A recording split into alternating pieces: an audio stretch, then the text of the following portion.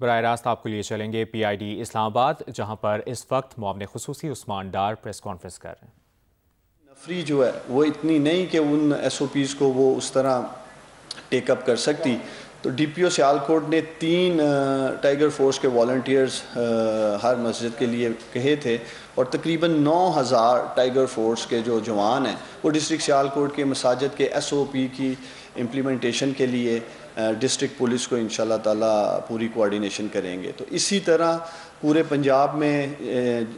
خیبر پختونخوا میں، بلوچستان میں، جہاں جہاں ٹائیگر فورس کے انشاءاللہ تعالیٰ جوان رجسٹر ہیں، تو مساجد کے ایس او پیز میں بھی ہماری جو ٹائیگر فورس ہے وہ پورا کردار ادا کرے گی۔ تیسری چیز، پورے پاکستان میں 4370 یوٹیلیٹی سٹورز ہیں اور 1000 سے زیادہ ان کی فرینچائزز ہیں، اور وہاں بھی ٹائیگر فورس کے نوجوان جو ہیں اپنے ڈپٹی کمشنرز کے ساتھ مل کر، ڈسٹرکٹ انتظامیہ کے ساتھ مل کر 2 چیزیں انشور کریں گے وہ یوٹیلیٹی سٹورز پہ۔ ایک، سوشل ڈسٹنسنگ، تاکہ چونکہ وزیر اعظم عمران خان صاحب نے اربوں روپے کی سبسڈی دی ہے 19 آئٹمز پہ یوٹیلیٹی سٹورز کے، تو عوام کا رش ہو سکتا ہے، تو ہمارے ٹائیگر فورس کے نوجوان جو ہیں وہ میک شور کریں گے کہ یوٹیلیٹی سٹورز کے باہر بھی سوشل ڈسٹنسنگ بھی رہے، اور وہ تمام 19 آئٹمز وہ بھی وہ آئیڈینٹیفائی کریں گے کسی یوٹیلیٹی سٹور پہ یا جو آگے فرینچائز ہے، اگر وہاں وہ نہیں موجود تو وہ اپنے ڈپٹی کمشنر کو یا جو بھی ان کے اسسٹنٹ کمشنر انہیں بتائیں گے۔ چوتھی چیز، راشن ڈسٹریبیوشن کے حوالے سے، چونکہ سیالکوٹ میں ہی ہم نے اسے ٹیسٹ رن کیا ہے، تو بہت سے لوگ جو راشن دینا چاہتے تھے انہوں نے اسسٹنٹ کمشنر صاحب کے ساتھ اور ڈی سی صاحب کے ساتھ کوارڈینیشن کر کے، چونکہ ہم کسی جگہ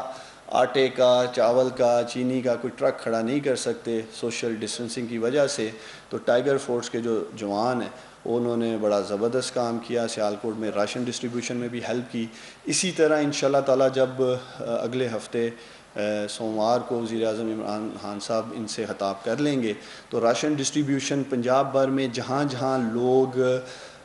مستحق لوگوں تک راشن پہنچانا چاہتے ہیں، وہ لوکل انتظامیہ کے ساتھ مل کر انشاءاللہ تعالیٰ ٹائیگر فورس کے جو جوان ہیں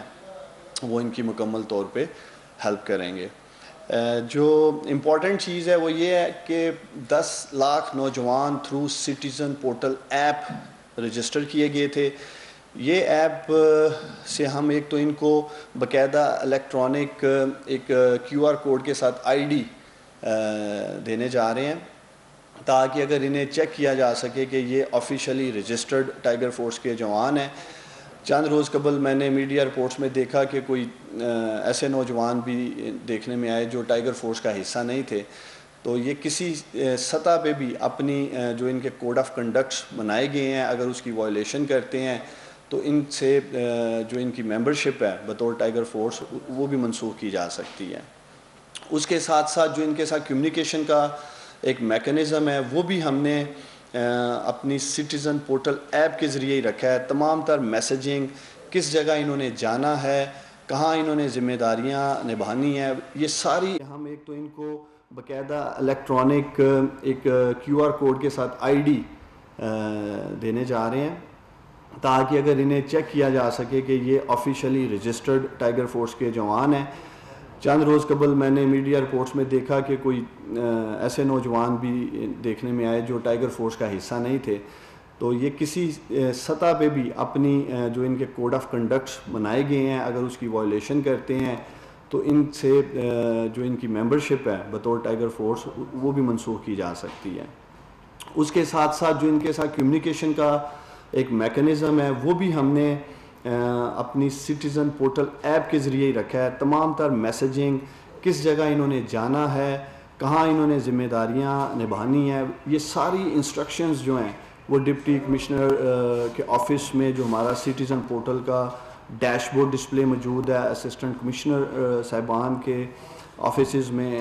سٹیزن پورٹل کا باقاعدہ ڈیش بورڈ اویلیبل ہے، تو یہ ساری ایکسرسائز وہاں کی جائے گی۔ دوسرا، جیسے ہی پرائم منسٹر عمران خان صاحب ان سے خطاب کریں گے، ایک ہم نے کووڈ-19 کے حوالے سے 40 منٹ کی ٹریننگ سیشن رکھا ہے ان کا، تاکہ ان کو اس کی بھی ساری آگاہی دی جا سکے کہ فیلڈ میں انہوں نے خود کو کرونا وائرس کے حوالے سے کس طرح انہوں نے احتیاط سے رہنا ہے. لیکن میں ایک بار پھر چونکہ سندھ گورنمنٹ نے کافی ٹائیگر فورس کو لے کے کنٹروورسی کریٹ کی تھی, میں ان سے ایک دفعہ پھر چیف منسٹر مراد علی شاہ صاحب سے اپیل کروں گا سندھ گورنمنٹ سے. منڈی کا ریٹ اگر ہم دیں اور دکاندار وہ جو مارکیٹ میں بیٹھے ہوئے وہاں تک جائیں تو اس کے اندر جو ڈفرینس ہے یعنی 100% 200% کا بھی ڈفرینس ہے جو خریداری میں جو عام آدمی کو اوپر افیکٹ پڑتا ہے. گورنمنٹ نے 15 روپے 5 روپے 20 روپے تیل کی قیمتوں میں کمی کی اور آج میرے خیال میں پھر بھی بہت ساری قیمتیں کم ہونے جا رہی ہیں. تو یہ جو افیکٹ ہے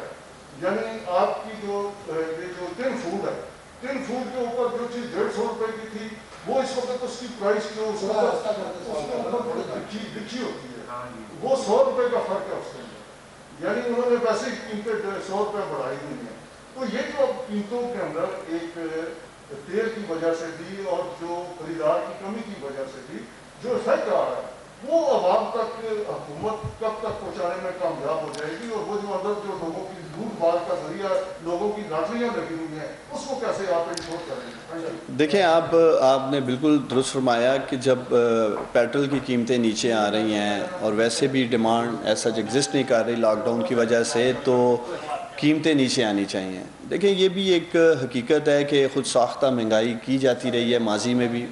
اور ابھی بھی بہت سارے ایسے لوگ موجود ہیں ہمارے معاشرے میں. میں سمجھتا ہوں کہ آج ایک طرف ہمیں کرونا کا سامنا ہے, لاک ڈاؤن کی سچویشن ہے, لوگ بے روزگار ہو چکے ہیں, لیکن اس کے باوجود بھی یہ جو منافع خور ہیں اور خود ساختہ مہنگائی کرنے والے ہیں ان کو خدا کا خوف نہیں ہے. اور میں سمجھتا ہوں کہ جہاں جہاں ہمیں پرائس کنٹرول کمیٹیز کی ضرورت ہے سختی سے امپلیمنٹیشن کروانے کی وہ ہونی چاہیے, اور جو لوگ بھی ذخیرہ اندوزی کر رہے ہیں یا خود ساختہ مہنگائی کر رہے ہیں قانون حرکت میں آئے گا. اور معاون خصوصی عثمان ڈار نیوز کانفرنس کر رہے ہیں.